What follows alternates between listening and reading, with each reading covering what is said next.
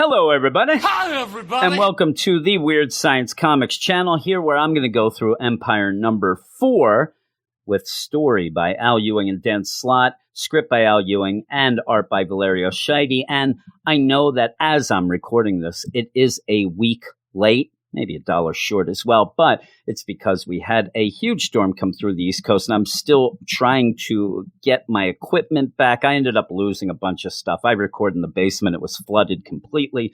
All of my equipment went down, so I'm getting back in the whole deal of things, and we'll have a bunch more reviews very soon. Now, this Empyre event, I say event, I'd like to put that in air quotes right now because it does not feel like an event. It doesn't feel like the story is big enough to be called an event. It should have probably, in my mind, just been a crossover story with the Avengers and the Fantastic Four book, but it is a 30-plus issue event, whittled down from 50-plus, which is just ridiculous. And I just haven't been, into this whole deal, but going into this 4th issue, we have 6 issues of this main book. We're in the 4th issue. I kind of have, got the idea of what to expect, to not expect too much, realize that what you get in this main book is a lot of yakety yak between people, a lot of arguing, a lot of bickering, and then a big twist to lead to another twist cliffhanger. That basically is what every issue has been. So knowing that, I kind of eased off a bit of hating it. I just don't really care that much. But we end up starting the issue, and you have Al Ewing and Dan Slott. I know that earlier in this whole event, issue number 2, I was surprised that you end up having the Kotati being the real big bad. Now, I was called out on that on YouTube, being called a dummy. I actually was more surprised that the writing side of that, where you set up all this stuff and then all of a sudden you restart it to be the Kotati being the big bad. But still, I was called a dummy. Oh, you didn't see that coming. Well, I'm proud to let everybody know that I do now see things coming. I see where you mention that Tanith the Pursuer has sequestered herself away from the command deck for some Kree ritual. She's not Kree. We found that out last issue. So just saying that Tanith had come, hey, Super Skrull, I'm heading off to do this Kree ritual. You're not going to see me for a while. In the meantime, Teddy has gone off to take a nap. So all of a sudden, we're going to get that idea where you're not going to see Tanith and Teddy in the same panel again. Now, I wish that when we do this, we had the classic kind of trope, sitcom trope of, there's Tanith. Hey, where's Teddy? I'll go get him. Hey, Teddy, are you there? Yup, it's me. And then you end up having them switching back and forth each time coming out. And then you have a problem where Teddy comes out and has Tanith's wig still on.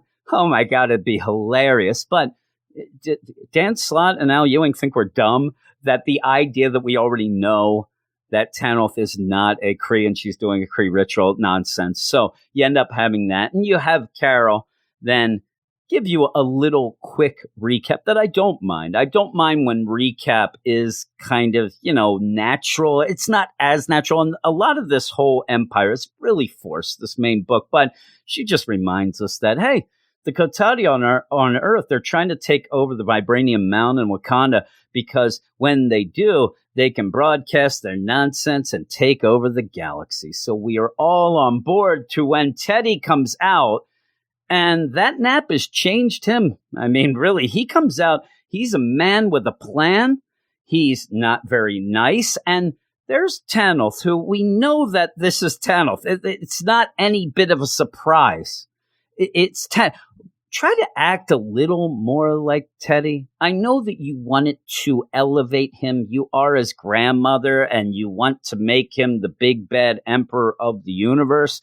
Just try when he's there with Carol and Johnny Storm. Just try a little to act like him. Well, you also have Captain Glory behind there smirking. He's the only one who knows that Tanith is not Tanith. So him smirking, all of this, and really just the over-the-top Teddy coming out. If you would have had Teddy like, oh, Teddy went to really think about things and he's, trying.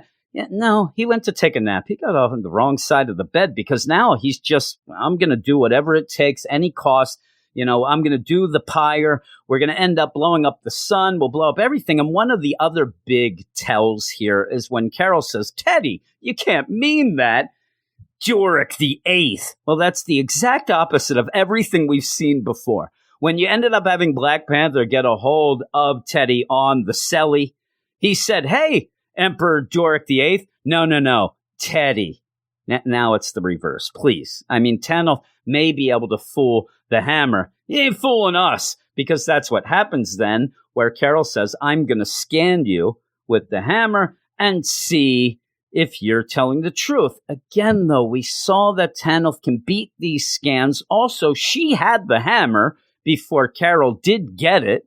So who knows if this is even the up and up Hammer, but it does say, yes, 100% match, Doric the Eighth, alias Theodore Altman, alias Hulkling, away we go. And yeah, Teddy slash, we know it's Tanith, is now going to hit the pyre, and everybody's going to die. And so that doesn't go well with Johnny Storm or Carol, so they fight. And you have Super Skrull, who at points really seems like he's being duped as well, and I kind of feel bad for him, but he goes and he attacks Johnny, he's going down, and he ends up showing his crazy fifth power, the unknown fifth power of irresistible hypnotism, and that might be the most horrific panel I've ever seen in my life. It scares the crap out of me, and I think when I turned the page, Super Skrull looked into my soul. He now knows so much more about myself than even I know. It's scary. Look at him. So this is going on, the big fights. And if this was, a normal deal, I would think that they would kill Johnny and Carol. But you can't do that because, you can't do that. So you end up having Morgan be told, teleport them away. Okay, well, she has a preset teleport in case of an emergency.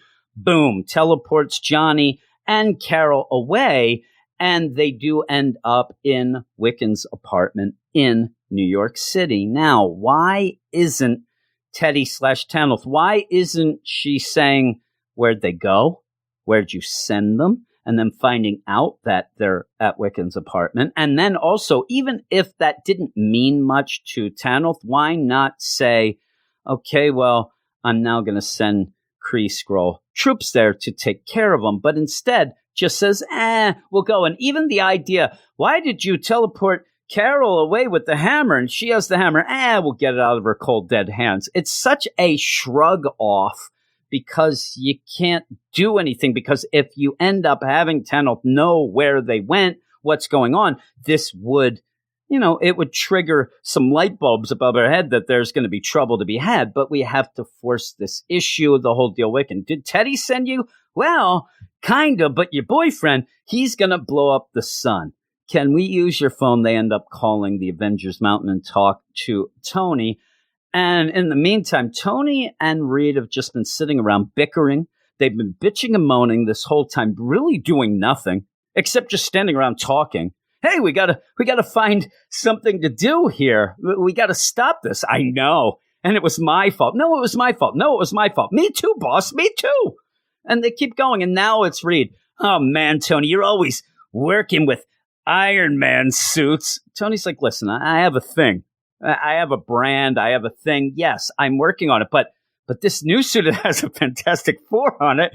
Isn't that cool?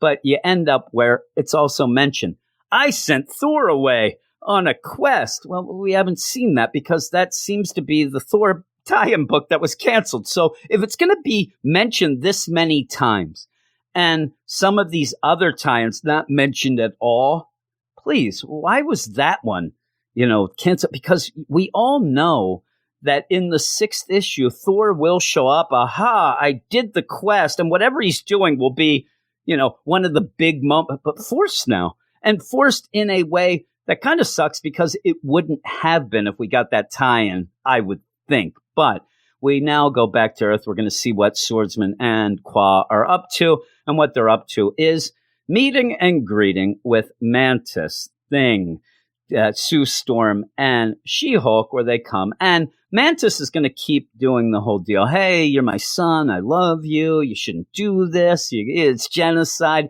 Everybody's going to look bad on you and probably then look at me as somebody bad. But the thing is, Qua, he's already gone too far. But also, I would say if I was him, well, if we win, they ain't going to be saying nothing because I get to write the history books then. I mean, this is what I'm going for. But she senses the good in Qua. And he does seem to hesitate each time. There's a little hesitation in what he's doing. And then Swordsman just yells stuff. And then he kind of snaps out of it a bit and goes into it. But we talked earlier at the beginning about the idea of the twist, where you end up, each issue has this big reveal twist, and they're becoming more and more forced. They're becoming more and more easily to figure out. And this one is that She-Hulk ain't She-Hulk. Now, in the first issue of Empyre, you ended up having Swordsman say, and when they were on the blue part of the moon, hey, Jennifer, come with me. I want to show you something. And they went off panel and then came back and Jennifer, I feel great. Look, I'm no longer savage. I'm pretty cool, right? And everybody just went with it. They didn't have, where did you go? They just go, well, it now is shown that she ended up being killed, sacrificed, and ended up where this She-Hulk is actually a Kotati wearing her skin like a suit. Disgusting. But also the idea that this Kotati She-Hulk suddenly knows that the Kree-Skrull Alliance has deployed the Empyre, their sun killer, and announces this to all of them, including Swordsman and Qua. We barely know that. You ended up having, Teddy / Tanoth kind of mention this, but we're not going to actually get the full deal until next issue. So you're just sitting there like, really? Like, what do you know and don't know and all that? But we do see that poor Jennifer ended up being taken over, and now she is going to fight the Thing and everybody else. And it just seems like this is the way to keep that team occupied. And again, you end up having Mantis, please, son, it's not too late. Yes, it is. All right, there's the great deal. Well, we go back to New York, back to Wiccan's apartment, and you have Wiccan say, okay, well, let me see, through your mind. Let me see what you saw. Let me see Teddy. Let me see what you're saying. This doesn't sound like him. He doesn't really feel like a guy who would blow up the whole solar system unit, all this stuff. So, nope, that's not Teddy. That was not a Hulkling, and I should know because he's my husband. And we see at the end that there was a secret wedding, which I do like. I wish we would get more. And I'm talking because I know what happens. And just as an aside for this, I wanted this to feel like a celebration. This is something big for these characters, and I do like both Wiccan and Hulkling. I think that's great. You end up in the next issue of it feeling less like a celebration and more like a prop to force things to go quicker because they are running out of time and space, because you don't really get much of a celebration. But at least here as a cliffhanger, I was hopeful we would. And the whole idea of what happens next obviously does not affect my score. But overall, I didn't mind this issue as much. I said earlier that I kind of got the idea of how these things are progressing, and not that I love, hate, or whatever. I'm just kind of numb to it now. I just want to get through it, see what's going on. But because of that, I'm giving it a 6 out of 10. I really do like the art. But overall, it feels like barely a story. It feels like you barely have started going. And even what we get just isn't hard-hitting to me. Again, I think maybe it should have just been a crossover. I don't think that it would have been that much of a crazy deal to just have it in 6 issues of Avengers and 6 issues in Fantastic Four. So you end up having, enough space to do things, and it just doesn't feel like it's a big thing as Al Ewing and Dan Slott are supposed to, or trying to convince us. But that is that. Thanks, everybody, for watching and listening. I hope you enjoyed this. If you did, like it below. Also, subscribe to the channel and look at the links below as well to see all sorts of things Weird Science, including DC and Marvel podcast websites. We have a Patreon where you can support us for these videos and everything else that we do. But thanks, everybody, and I'll talk to you soon.